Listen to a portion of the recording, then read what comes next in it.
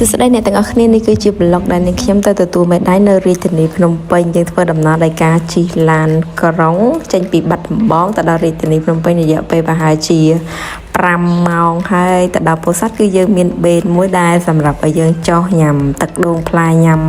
អស់ច្រឡំញ៉ាំបន្ទប់ទឹកចូលក្នុងបន្ទប់ទឹកដើម្បីបត់ជើងហើយបន្តដំណើរទៅរាជធានីភ្នំពេញពីនឹងទៅប្រហែលជា2ម៉ោងកន្លះទៀតយើងទៅដល់រាជធានីភ្នំពេញហើយយើងមកដល់បេនឡានហើយគឺយើងប្រញាប់ប្រញាល់ទៅក្រសួងសុខាភិបាលតែម្ដងដើម្បីធ្វើការសក់ការរំលំបាំនេះគឺរំដោយក្រុមអ្នកគ្រូពេទ្យនៃមន្ទីរពេទ្យព្រះអង្គឌួងគឺគាត់ប្រកែមែនទែនគាត់ធ្វើការសក់រយៈពេលតែ10ថ្ងៃប៉ុណ្ណោះប៉ុន្តែគាត់អាចរំលំបាំជូនពរបានយ៉ាងល្អហើយសំខាន់ណាលោកគ្រូពេទ្យអ្នកគ្រូពេទ្យនៃមន្ទីរពេទ្យព្រះអង្គឌួងគឺប្រកែហើយឆ្លាតខ្លាំងទៀតផងថ្ងៃនេះគឺឈានដល់ថ្ងៃកម្មវិធីគឺមហាកិត្តិយសមែនទែនដោយឯកឧត្តមរដ្ឋមន្ត្រីគឺគាត់អញ្ជើញមកផ្ទាល់តែម្ដងនៅក្នុងកម្មវិធីសិទ្ធិនារី8មីនាខួបលើកទី115ក្នុងឆ្នាំ2026នេះព្រមទាំងមានកម្មវិធីបំពាក់មេដាយជូនមន្ត្រីដែលខិតខំប្រឹងប្រែងធ្វើការកម្មវិធីថ្ងៃហ្នឹងគឺយើងមានច្រើនមែនទែនតាមលំដាប់លំដោយហើយនេះគឺជាកម្មវិធីចុងក្រោយគឺកម្មវិធីលេងហ្គេមខ្ញុំនឹងដាក់ឲ្យយើងមើលផ្ទាល់តែម្ដង